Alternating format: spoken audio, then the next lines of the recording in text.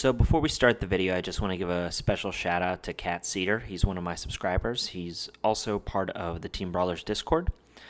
But he had reached out to me. He had said very nice things about my videos. He also gave me some feedback on what I could do better. So I always appreciate stuff like that. But he asked if I ever needed help, collabing on videos, on card reviews, to reach out. So I took him up on his offer. And he gave me his input on these 7 cards we're about to review. So I just want to say thank you to him. Okay, so something that Argent Saga did different in the second set in comparison to the first set is they added secret rare cards. Now, we have 7 cards to review today, and they're all legendary, so you can only use one of each. Each element got their own, and then you also have an Argent color, so a colorless secret rare. So, our first one is Shade of the Silver King. It's a 7-cost unit with 4,000 power. It has Destroyer, Guardian, and Target Attack. And it has an Offering 7, expel 7 units from your discard zone, and if you do that, you put this card from your discard zone into play. So, this card is nuts. You pretty much can build an entire deck around it. You can get it out extremely early.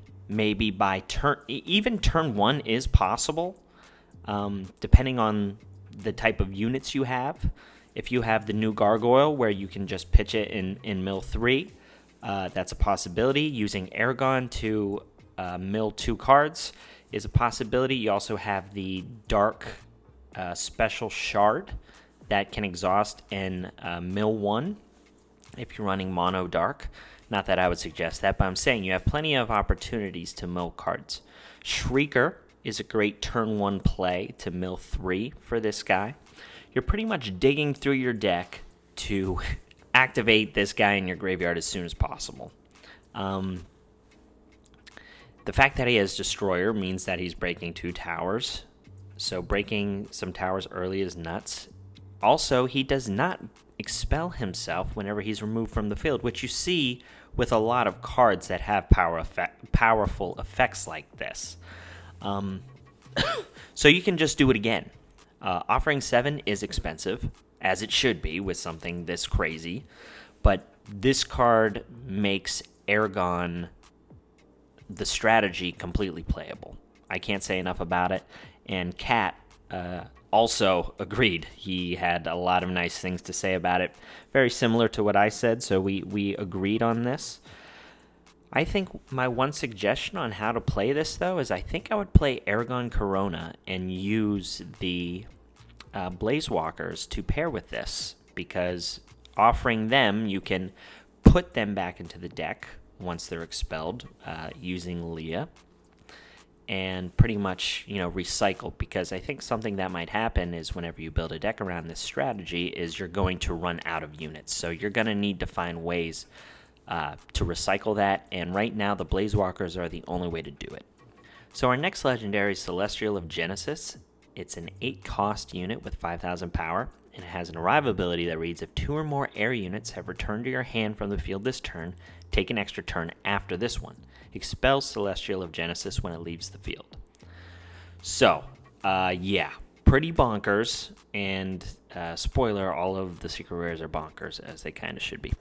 But, yeah, so this is the only card we have in the game currently that lets you take an extra turn, as it should be. We don't want a whole bunch of cards like that running around. It's 8 costs, so it is expensive, as, again, it should be for such a powerful effect. And also, you need to have 2 or more air units return to your hand from the field that turn, or it doesn't do anything. So, a lot of stipulations, but it's well worth the effect. Now, what are some things that pair well with this, right? First, paying the full 8 to bring it out is going to be your option sometimes. And not that it's a great one, but it is one that is, I think, worth it because you get to play your turn right after it. So that's that. It also pairs nicely with Songstress of the Cloudsea, which is one of the cards that came out in Expansion Set 2, where you can just tap Songstress, and then if you hit this off of Songstress's effect, you will then play it for free, which is, again, pretty crazy. So that's something. You can also item it out by sacrificing something maybe like a Konost as a 7 cost. This also pairs fairly nicely with Song of the Sky, which is a card that Kat had suggested in his review. He also really likes this card. I don't know how you can't. But yeah, that's pretty much all I got to say about that. Unlike the Dark unit that we just reviewed, you really don't need to build, a strategy around this card. It just plays into what Air likes to do already. So moving on, we have Glory the Awakened Hero. It's an 8-cost unit with 4,000 power. It has the Brawler ability and also an Arrive ability that says search your deck for up to 2 units with cost 1 or less and put them into play. When this card attacks, target light unit you control gains quickness. So, very strong effects, but very costly. But if you remember, this unit actually has its own gear called Glory the Sealed Blade, which we reviewed in part 3, which can tutor it out. So you'll never be paying the 8 cost for this unit. You'll always tutor it out of the deck. And you can actually do this by turn 3. You do this by having, in an ideal setup, you need enough gears in the grave on turn 3, and then you will summon Raza. So Raza is a unit that allows you to banish gears from your graveyard and then summon a knight unit from your deck, and then based on how many gears you banish. So if you banish 4 and you have Glory in your grave, you can then bring out something like White Rose Knight and equip Glory of the Sealed Blade to White Rose Knight, give it Brawler, and then it can attack a unit. And if it does that, you sacrifice White Rose Knight, and then you bring out Glory. So there you go, turn 3. And then with that, whenever that arrives, you can bring out something like 2 Quorum Squires and attack a tower, destroy it, and then also give Quorum Squire quickness. So, very good. The fact that it can be instantly tutored from the deck is pretty nuts.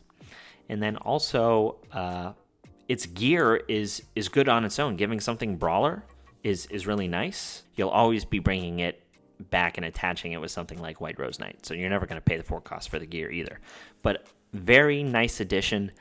The fact that it can be tutored out is what makes it good. If you had to pay the 8 costs just for its effect, it wouldn't be bad, but it wouldn't be amazing. Waiting till turn 8 to get this out probably isn't very likely with all of the additions to set 2. So our next legendary is Jemile's Celestial Wielder. It's a 6-cost unit with 3,500 power.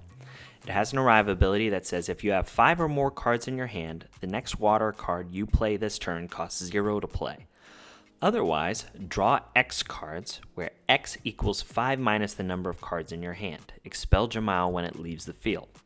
So, a couple things here, right? So, if you have 5 or more cards in your hand, you can play a water card for free. So that means anything. This means Leviathan, this means Mayu, this means that really broken 10-cost dragon, all free. Okay? If you don't have that, you can draw cards equal to 5. So if you have 5 and you play this, if you have 4 and you play this, you draw 1 card. So that would be bad. But you obviously don't want to do that. Now, this is actually the one card that me and Kat disagree on. Kat's not a huge fan of this, doesn't think it's that great. Although I know he knows all of these cards are good, but just in comparison to each other. But where I see this card being played is in red-blue. The fact that Dragonholt can search the blue water dragon is really nice. So you can have that on command. Also, red is known for not keeping up tempo. They run out of speed quick, right? They exhaust their hand and they have to try and win early. This is a really nice card to make them come back. To cast on turn 6 and then draw 5 cards would be really great. And then also comboing with, if you have this in your hand and you have 5 cards in your hand, you can then activate Dragonholt's ability on your opponent's turn to get the crazy blue dragon card and then draw your 5th card, including Jemile, and then summon Jemile and then be able to summon the dragon for free. So that's just something I'm thinking of off the top of my head. But being able to play any kind of water card for 0, if you have 5 or more cards in your hand, seems really nice. Also, it doesn't need to be a unit. It can be a spell. So keep that in mind. Our next legendary is Mist Shaper. It's a 2-cost unit with 2,000 power, and it has an arrive ability that reads search your deck for a unit that has the same name as another target unit you control, and add it to your hand. So, first things first, 2 costs for 2,000 power is the strongest we have right now, considering there's no drawback. We do have other 2-cost units that have 2,000 power, but they have some kind of stipulation to attack.